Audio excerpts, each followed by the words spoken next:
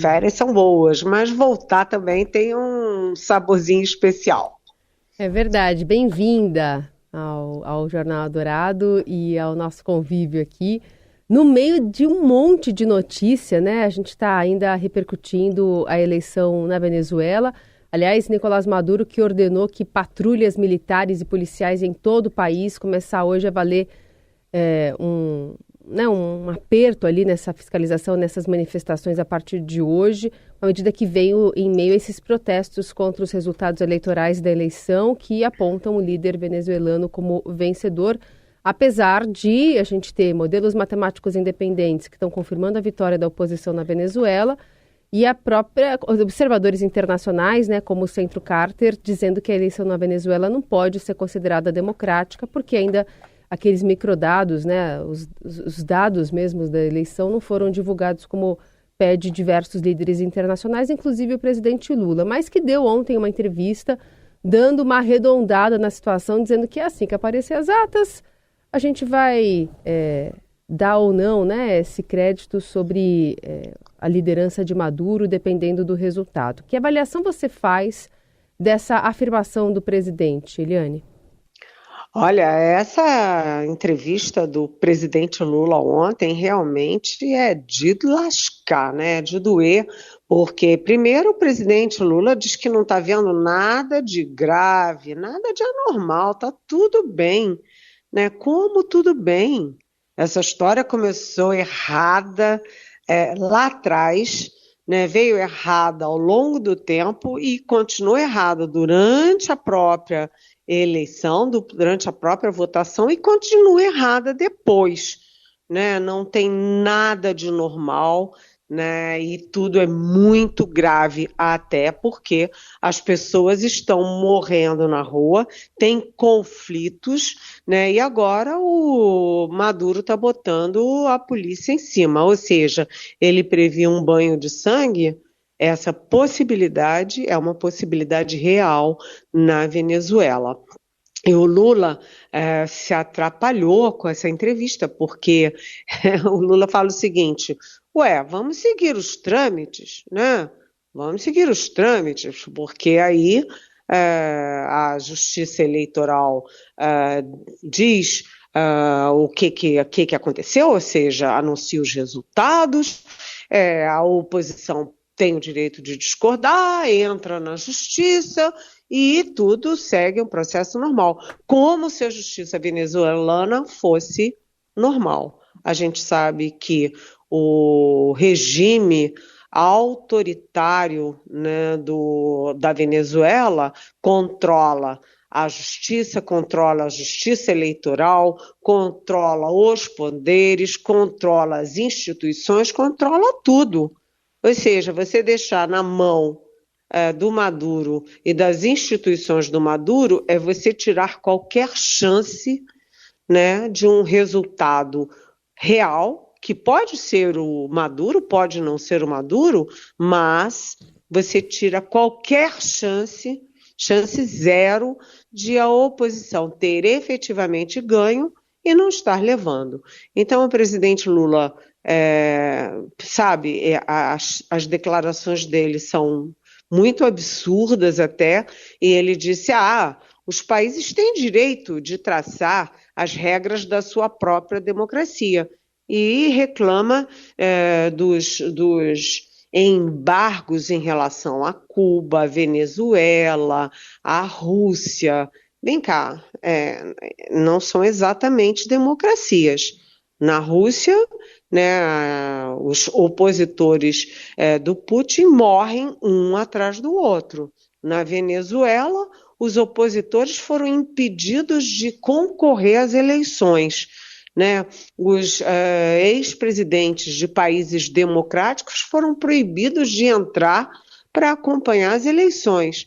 Quem criticou os resultados, né, os 7 países que criticaram os resultados, foram simplesmente expulsos da Venezuela. Sua representação democrática e diplomática foram expulsos da Venezuela.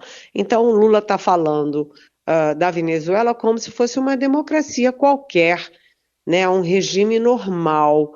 e se ele fala assim do regime, ele está sendo cruel com a população da Venezuela, com a sociedade da Venezuela e com a oposição da Venezuela, que sofrem os efeitos dramáticos do autoritarismo e da ditadura que a gente sabe que existe na Venezuela.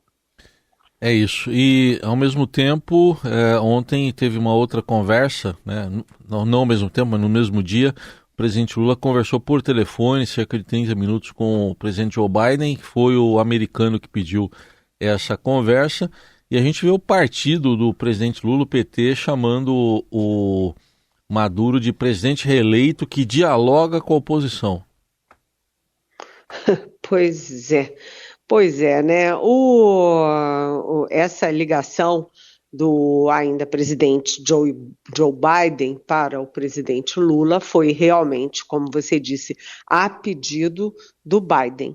Né? Uma conversa cordial, amistosa, né, em que eles, inclusive, combinaram mesmo de depois de deixarem de ser presidentes, podem e devem continuar conversando. Na verdade, o foco era a Venezuela, né? O Biden, a melhor interlocução do Biden na América do Sul é com o Brasil, é com o Lula, e além disso, né, o Brasil é a principal potência aqui da região, e o Biden conta com o Brasil e com o Lula para, enfim, monitorar o que está acontecendo na Venezuela. Né? De prático, os dois combinaram de continuar exigindo fortemente a divulgação das atas eleitorais, das atas de votação, que não foram divulgadas ao longo da apuração. Quer dizer, simplesmente o governo Maduro, né, o regime do Maduro, impediu o acompanhamento da apuração e soltou o resultado já como vitorioso. Então, o Brasil, pelo menos, né, ainda não se comprometeu com o resultado. Não há nenhuma nota oficial do governo Lula, do governo brasileiro, reconhecendo o resultado. Estão aguardando as atas, estão aguardando a evolução da crise. Agora, o PT não esperou nada disso, não. O PT, né, a gente lembra que, inclusive, a presidente do PT, a Gleisi Hoffmann, que já era presidente do PT e continua sendo a presidente do PT, ela chegou a ir à Venezuela algum tempo atrás manifestar apoio, né, ao regime venezuelano, assim como Lula aqui no Brasil disse que a democracia é relativa e que na Venezuela há democracia. Né? Então, o PT já apoiou o resultado, né, o que é, absurdo, né? Então o PT anuncia, o Lula fica em cima do muro, falando essas coisas muito sem sentido, e o Celso Amorim, assessor internacional, está na Venezuela numa posição meio de mediador.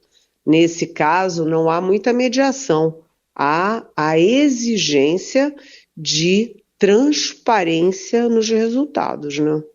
Certamente. Falando em resultados, Helene, estou vendo aqui hoje, agora na capa aqui do Estadão, o Estadão teve acesso a uma plataforma lá da Venezuela, Alta Vista, e é um modelo matemático que mostra aqui uma vitória do opositor, o Edmundo González Urrutia, com um pouco mais de 66% dos votos e pouco mais de 30% para o Maduro. Tem várias entidades, ONGs, institutos independentes apontando uma vitória da oposição, né, Helene? Exatamente. Inclusive o Instituto Carter, né, a Fundação Carter, que começa nos Estados Unidos, mas tem uma presença firme em eleições pelo mundo afora, uma entidade muito séria, todos na mesma direção, de que o opositor o González venceu por mais de 60% dos votos. Aliás, essa percepção, essa matemática, digamos assim, coincide com as previsões das pesquisas, né? De onde que o Maduro tirou 51% e se declarou vitorioso, né? Isso tudo precisa ficar muito claro, né? E agora ele quer simplesmente estar jogando as armas, né, contra quem questiona o resultado, né? Nada mais antidemocrático, porque questionar resultado de eleição está dentro da democracia, né? Só que dentro da democracia, quando as instituições funcionam democraticamente, o que definitivamente não é o caso da Venezuela. A situação é muito grave e qualquer complacência com o regime do Maduro vamos dizer, é um ataque cruel, né, à população da Venezuela, lembrando que o regime Maduro proporcionou o maior êxodo de venezuelanos de toda a história do país. O que está acontecendo lá realmente é uma tragédia política, econômica e inclusive humanitária, com risco agora de banho de sangue. Só para fechar esse bloco, estava vendo aqui os dados da inflação na Venezuela, quer dizer, não dá nem para confiar, mas enfim, oficialmente o governo está divulgando que em junho ela ficou em 1%, deu uma diminuída em relação a maio, que tinha sido de 1,5%, mas tem o Observatório Venezuelano de Finanças, né, que é uma referência independente, que apontou uma inflação de 4% lá em junho, e se pegar aqui nos últimos 12 meses, acumulado de 80% em 12 meses, quer dizer, ainda assim, esse povo teria reeleito lá o Maduro, Eliane, pelas contas oficiais, com uma inflação dessa? Pois é, né? Nada bate com nada, sabe? E fechar os olhos para esse tipo de calamidade, sabe? É inaceitável. É inaceitável, inclusive, dos países democráticos, dos líderes democráticos, que, inclusive, né, são signatários de tratados, né?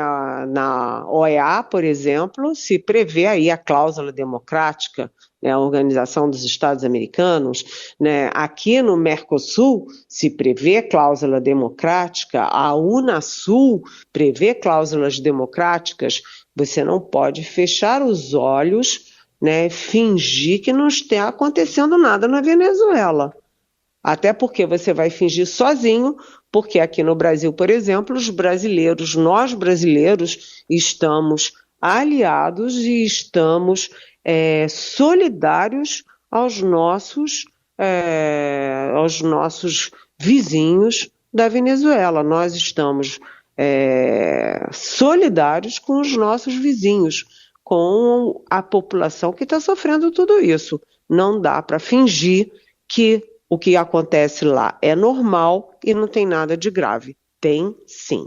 Eliane Cantanhede conversando conosco agora sobre contas, né? A gente tem um detalhamento do Brasil, do governo brasileiro, sobre os cortes, né? Que já foram anunciados há 2 semanas, de 15 bilhões de reais, né? Então os ministérios agora têm uma meta, né, Eliane, até o dia 6 de agosto para passar a tesoura ali. Exatamente. Essa decisão estava sendo muito esperada, saiu numa edição extra ontem do Diário Oficial da União.